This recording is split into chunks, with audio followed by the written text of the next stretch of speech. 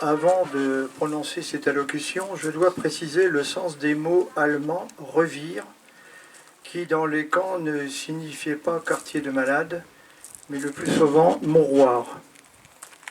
L'autre précision concerne le Front National, qui désignait le Front National de lutte pour la libération et l'indépendance de la France, mouvement de résistance intérieure créé par le Parti communiste en 1941. Les femmes ont été longtemps les oubliées de la Seconde Guerre mondiale. Cependant, armées de leurs convictions pour la liberté et pour leur patrie, elles ont agi et n'ont pas hésité à prendre tous les risques. Elles ont ainsi guidé, caché, aidé des maquisards, des juifs, des résistants, des prisonniers de guerre évadés, des aviateurs alliés abattus. Leur action au sein des réseaux, leur arrestation, les coups et la torture qu'elles subirent, la déportation et parfois la mort de leurs parents, de leurs époux ou compagnons, ont scellé leur destin. Pour cet hommage particulier, nous avons retenu des noms parmi ceux des 20 touragelles déportés le 24 janvier 1943 par le seul convoi des femmes résistantes vers le campus d'Auschwitz-Birkenau. Elena Fournier, du réseau de résistance Libé-Nord, depuis sa boutique à Tours, diffuse des messages, collecte des fonds et des vivres pour les familles de prisonniers et des fusillés.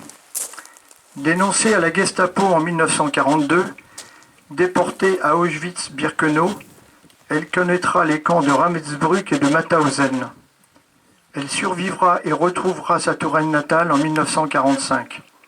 À son retour, unique rescapée des 20 femmes arrêtées, elle s'obligera à contacter chacune des 19 familles des Tourangelles décédées dans ces camps. Germaine Jaunet, de Franqueuil, comme Marcel Loriot d'Amboise, aide à franchir la ligne de démarcation. Elles sont déportées en même temps que Rachel Degnaud, factrice à Amboise. Toutes les trois mourront au revire de Birkenau en mars et avril 1943. Marie Gab, d'Amboise, fait passer des lettres en zone occupée. Arrêtée et déportée à 53 ans, elle meurt le jour de l'arrivée au camp. Lucette Herbassier de Tours, militante du Front National, reçoit des tracts qu'elle est chargée de diffuser. Arrêtée, déportée, elle décède le 8 mars 1943. Fabienne Landy est sténodactylo à Tours. Elle adhère au Front National en 1942. Elle tape des tracts. Un camarade de son groupe n'ayant pas résisté à la torture, elle est arrêtée chez ses parents le 23 juillet 1942. Déportée, Fabienne est envoyée le 25 février 1943 au revire des camps des hommes. Le médecin lui fait une piqûre mortelle, une piqûre intracardiaque de formol.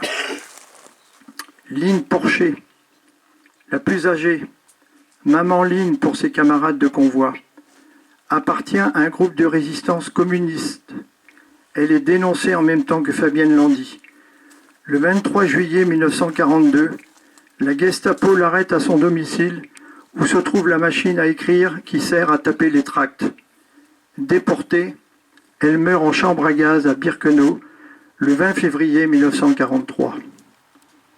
Yvonne Boutgour, de Saint-Étienne-de-Chigny, est dénoncée par un ouvrier agricole qui l'accuse de cacher des armes.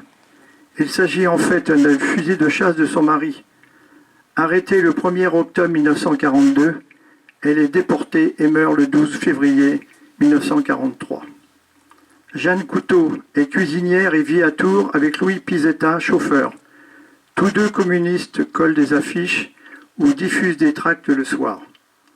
Ils sont arrêtés le 4 août 1942 à leur domicile.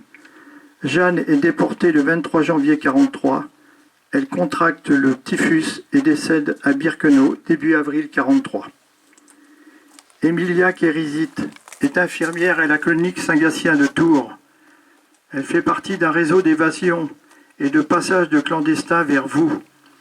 Elle opère parfois avec la famille Goupil, l'abbé Dupont et Germaine Maurice. Emilia est arrêtée en septembre 1942 en même temps que Germaine Maurice. Déportée, Germaine décède le 23 février 1943. Emilia décède du typhus en avril 1943. Yvette Marival, de Crouzille, entre dans la résistance avec son mari. Ils sont chargés de propagande au Front National. Ils sont arrêtés sur dénonciation le 4 août 1942. Déportée, elle meurt quelques jours après l'arrivée au camp de Birkenau. Lucie Pêcheux adhère au Parti communiste avant-guerre. Elle y rencontre René Despuy. Elle héberge avec son mari ainsi que des clandestins, recueille des fonds et emmagasine des brochures. Elle est arrêtée avec Jean Potier, son compagnon, le 18 juin 1942. Déportée, elle décède le 15 février 1943. Germaine Renaud est institutrice, militante communiste. Elle est en relation avec Raymond Sergent. Elle imprime clandestinement elle-même les tracts qu'elle distribue. Elle est arrêtée dans sa classe à Brèche le 23 février 1942 et battue au sang par des policiers français. Déportée, elle meurt à Birkenau, début février 1943. Raymond Sergent de Saint-Martin-le-Beau fait passer la ligne de démarcation à tous ceux qui se présentent à son domicile. Elle est arrêtée 2 fois, en janvier 1941, le 12 avril 1942, puis relâchée faute de preuves. Elle est de nouveau arrêtée le 23 septembre 1942. Déportée, elle décède au camp en avril 1943. Elle est la dernière tourangelle à mourir au camp. Yvonne Souchot, de Tours, rejoint le Front National en 1942. Elle distribue des tracts et le journal La Lanterne, renéoté par Elisabeth Leport. Déportée, Yvonne meurt à Birkenau en mars 1943 de la dysenterie. Elisabeth Leport, jeune institutrice et membre du Front National, elle imprime dans son école de Saint-Christophe-sur-le-Nez. Elle distribue La Lanterne, le journal clandestin du Parti communiste. Le 18 juin 1942, elle est arrêtée dans sa classe sur dénonciation, déportée à Birkenau. Elle meurt au Revire le 14 mars 1943. Elles furent 8000 Françaises déportées au bagne, à ne pas revenir. Ne les oublions pas. Ce jour, nos pensées vont aussi vers Suzanne Plisson. Durant ces années de terreur à Angers, toute sa famille appartient à un réseau de résistance. Dénoncée, tabassée, son frère fusillé, elle est déportée avec sa maman. Elles rentreront d'Allemagne malades et diminuées.